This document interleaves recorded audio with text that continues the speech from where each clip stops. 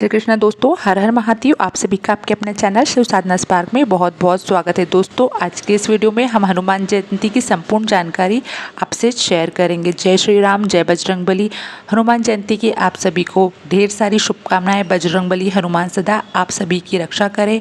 हर वर्ष चैत्र मास की शुक्ल पक्ष की पूर्णिमा तिथि को हनुमान जन्मोत्सव मनाया जाता है और आज इस वीडियो में आप जानेंगे इस दिन बजरंगबली की पूजा कैसे की जाती है, कौन कौन सी गलतियां नहीं करना चाहिए, क्या महिलाएं इस दिन बजरंगबली की पूजा कर सकती है और इस दिन कौन कौन से विशेष काम करने चाहिए। साथ ही आप जानेंगे हनुमान जी की पूजा करने के शुभ मुहूर्त के बारे में।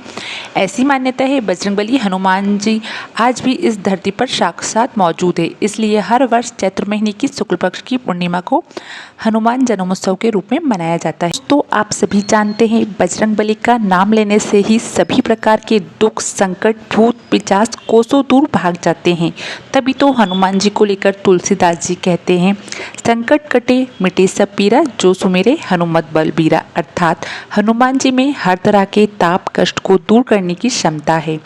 साल 2024 में इस बार 23 अप्रैल मंगलवार के दिन हनुमान जन्मोत्सव मनाया जाएगा और इसी दिन चैत्र पूर्णिमा भी रहेगी। हनुमान जन्मोत्सव पर साल 2024 में सालों बाद अद्भुत संयोग बन रहा है। शास्त्रों के अनुसार मंगलवार का दिन हनुमान जी को भी समर्पित माना गया है और साल 2024 में हनुमान जन्मोत्सव के दिन मंगलवार पड़ रहा है। मंगलवार के दिन हनुमान जन्मोत्सव होने के कारण इस दिन का महत्व और भी अधिक बढ़ गया है। साल भर में 2 बार हनुमान जन्मोत्सव मनाया जाता है, एक चैत्र महीने की पूर्णिमा तिथि पर और दूसरा कार्तिक मास की कृष्ण पक्ष की चतुर्दशी तिथि पर। अगर जन्मोत्सव मनाने की बात की जाए तो एक तिथि को विजय अभिनंदन के रूप में माना जाता है, जबकि दूसरी तिथि को जन्मोत्सव के रूप में मनाया जाता है। साल भर में 2 बार हनुमान जन्म उत्सव मनाने के पीछे कुछ पौराणिक मान्यता प्रचलित है। पहली तिथि में हनुमान जन्मोत्सव मनाने के पीछे जो कथा प्रचलित है उसके अनुसार जब बाल हनुमान सूर्यदेव को आम समझकर उन्हें खाने के लिए दौड़े थे और आकाश में उड़ने लगे, उसी दिन राहु भी सूर्य पर ग्रहण लगाना चाहते थे, लेकिन हनुमान जी को देखकर सूर्यदेव ने उन्हें दूसरा राहु समझ लिया और उस समय जब हाहाकार मचा तो इंद्रदेव ने अपने व्रत से हनुमान जी पर प्रहार कर दिया और हनुमान जी अचेत हो गए। इससे पवन देव नाराज हो गए, क्योंकि पवन देव के पुत्र ही बजरंगबली हनुमान है और पूरे संसार की वायु पवन देव ने रोक दी, जिसके बाद सभी देवताओं ने उन्हें मनाया और हनुमान जी को नया जीवन देकर उन्हें अनेक वरदान दिए। यह समय चैत्र महीना की पूर्णिमा तिथि थी, इस वजह से चैत्र महीने की पूर्णिमा तिथि को उनका जन्मोत्सव मनाया जाता है। साल में दूसरी बार हनुमान जन्मोत्सव मनाने के पीछे जो वर्णन मिलता है वह वाल्मीकि जी के रामायण में मिलता है।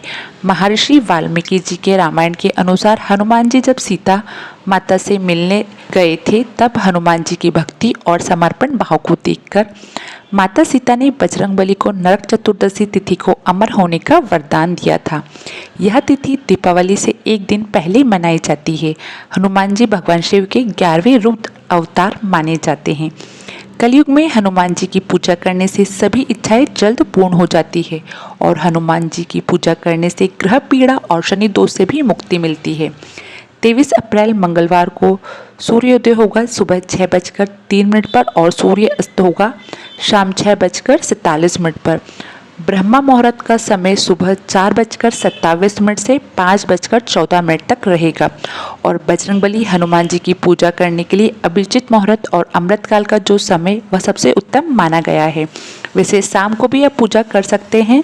अभिजित मुहूर्त सुबह 11:59 से 12:50 तक रहेगा और अमृतकाल दोपहर 3:57 से 5:13 तक रहेगा।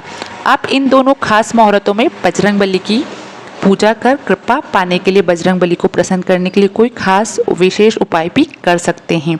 इस दिन राहु काल का जो समय अशुभ मुहूर्त में गिना जाता है दोपहर 3 बजे से 4:30 तक रहेगा। ज्योतिष में राहु की गिनती पाप ग्रह में होती है, जिसकी छाया पड़ने से व्यक्ति पर संकट और परेशानियां आना शुरू हो जाती है। राहु ग्रह से मुक्ति के लिए आप आज के दिन गेहूं या फिर काली वस्तुओं का दान करें तो ज़्यादा शुभ रहेगा। काली वस्तु में आप काली उड़द और काले चने का दान भी कर सकते हैं। इनके अलावा बजरंगबली जी का नाम लेकर आप राहु के प्रकोप से मुक्ति पाने के लिए दान में तेल का प्रयोग भी कर सकते हैं। सरसों का तेल का दान आप कर सकते हैं। अब जानिए हनुमान जन्मोत्सव के बारे में। बजरंगबली जी को सबसे दयालु और सबसे जल्दी प्रसन्न होने वाला देवता समझा जाता है। लेकिन अगर आप बजरंगबली की पूजा अर्चना या उपवास में गलती करने की लापरवाही की जाए तो बहुत जल्दी क्रोधित भी हो जाते हैं। इसलिए हनुमान जन्मोत्सव के दिन या बजरंगबली हनुमान जी की पूजा के दिन आपको क्या नहीं करना चाहिए, इस बारे में पहले आप जान लीजिए। हनुमान जी की पूजा में कभी भी चरणामृत का प्रयोग नहीं किया जाता है, इसलिए पूजा करते समय ऐसी गलती ना करें। हनुमान जी की पूजा उस समय वर्जित मानी जाती है जब घर में किसी भी प्रकार का सूतक लगा हो। सूतक चाहे मृत्यु का हो या जन्म का हो। इन 13 दिनों में बजरंगबली जी की पूजा परिवार में किसी भी तरह से नहीं होनी चाहिए। हनुमान जी की कृपा करने वाले भक्तों को चाहे मंगलवार का दिन हो या हनुमान जन्मोत्सव का दिन हो, इस दिन नमक का सेवन भूल से भी नहीं करना चाहिए। जो लोग उपवास रख रहे हैं उन्हें खास तौर पर इस बात का ध्यान रखना चाहिए, बजरंगबली हनुमान जी की पूजा में काले या सफ़ेद रंग के वस्त्र नहीं धारण करना चाहिए। पूजा करते समय लाल, पीले या फिर नारंगी वस्त्र धारण करना शुभ माना जाता है। पूजा करते समय या व्रत रखने वाले भक्तों को गृहस्थजनों को ब्रह्मचार्य व्रत का पालन भी करना अनिवार्य होता है। इस बात का विशेष ध्यान रखें क्योंकि हनुमान जी बाल ब्रह्मचारी थे और स्त्रियों के स्पर्श से सदा दूर रहते थे।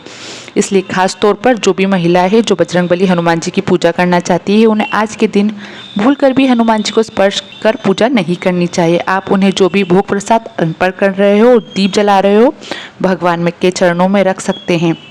बस ध्यान रखें कि तस्वीर या मूर्ति को स्पर्श ना करें। हनुमान जी की कोई भी प्रतिमा या तस्वीर आपके घर में टूटी फूटी या कटी फटी नहीं हो, खंडित नहीं होना चाहिए। यदि खंडित है तो हनुमान जन्मोत्सव के दिन उसे हटाकर आप नई प्रतिमा या तस्वीर लाकर पूजा कर सकते हैं। भूल कर भी आज के दिन लहसुन, प्याजन, मांसाहार का सेवन नहीं करना चाहिए। किसी भी प्रकार का नशा आदि नहीं करना चाहिए। हनुमान जी बहुत जल्दी और आसानी से प्रसन्न होने वाले देवता है, बहुत ही शांति प्रिय है। इसलिए आज के दिन भक्तों को के घर में बिल्कुल भी कला कलेश नहीं होना चाहिए। दोस्तों, अब हम जान लेते हैं हमें क्या क्या पूजन सामग्री की जरूरत रहेगी और पूजा हनुमान जी की कैसे करना है। हनुमान जी की पूजन सामग्री में हनुमान जी की तस्वीर या मूर्ति, वस्त्र, चरण पादुका, जनेऊ, अक्षत, फल, माला, गाय का घी, दीपक, चमेली का तेल, धूप, अगरबत्ती, इलायची, हनुमान चालीसा, लाल फूल, सिंदूर, पान का बीड़ा, ध्वज, शंख, घंटी, लाल लंगोट, लौंग, मोतीचूर के लड्डू आदि सामग्री जरूरत है और आपकी इच्छा अनुसार आप दूसरी सामग्री भी रख सकते हैं। पूजन विधि के बारे में जान लेते हैं। सबसे पहले प्रातःकाल में उठकर नहा ले, स्नान आदि से निर्वृत्त होकर साफ सुथरे वस्त्र धारण करें। इस बात का विशेष ध्यान रखें, वस्त्र काले और सफ़ेद रंग के नहीं होना चाहिए। बाकी आप लाल, पीले, नारंगी आदि वस्त्र धारण करना सबसे सर्वोत्तम माना गया है। बाकी आप इच्छा अनुसार दूसरे रंग भी पहन सकते हैं। सबसे पहले मंदिर की साफ सफाई करें और मंदिर में गंगा जल का छिड़काव करें। उसके बाद हाथ में गंगा जल लेकर व्रत का संकल्प लें। एक लकड़ी की चौकी के ऊपर लाल पीला कपड़ा बिछाकर हनुमान जी की मूर्ति को स्थापित करें और आप खुद कुश के आसन पर बैठे। इसके बाद एक सुपारी पर लाल कलीवा लपेटकर गणेश जी की स्थापना करें, गणेश जी का स्मरण करें, आह्वान करें। इसके बाद भगवान प्रभु श्री राम का आह्वान करें और पूजा शुरू करें। मूर्ति को स्नान कराएं और यदि चित्र है तो उसे अच्छे से साफ करें। इसके बाद धूप दीप प्रज्वलित करके पूजा प्रारंभ करें। हनुमान जी को घी का दीपक लगाएं। यदि मूर्ति का अभिषेक करना चाहते हैं तो कच्चा दूध, दही, घी और शहद यानी पंचामृत से उनका अभिषेक करें, फिर पूजा करें। फिर हनुमान जी को अनामिका उंगली से तिलक लगाए, सिंदूर अर्पित करें, गंध, चंदन आदि लगाए और फिर उन्हें हार और फूलमाला चढ़ाए। अच्छे से पंचोपचार पूजा करने के बाद उन्हें नैवेद्य अर्पित करें। नमक, मिर्च और तेल का प्रयोग नैवेद्य में नहीं किया जाता है। गुड़ चने का प्रसाद जरूर अर्पित करें। इसके अलावा केसरिया, बूंदी के लड्डू, बेसन के लड्डू, चूरमा, मालपुआ या मलाई मिश्री का भोग लगाए। यदि कोई मनोकामना है तो उन्हें पान का बीड़ा अर्पित करके अपनी मनोकामना बोले। अंत में हनुमान जी की आरती उतारे। आरती के पश्चात नैवेद्य को पुनः उन्हें अर्पित करें और अंत में प्रसाद रूप में सभी को बांट दे। हनुमान जी की पूजा के दौरान हनुमान जी का मंत्र का जाप करें। ओम नमो भगवते हनुमते नमः का हनुमान चालीसा का पाठ करें और बजरंग बाण का पाठ करें। अंत में भगवान से आपसे कोई गलती हो गई हो तो क्षमा याचना करें। आपको यह वीडियो दोस्तों अच्छी लगी तो वीडियो को लाइक, चैनल को सब्सक्राइब करना ना भूलें।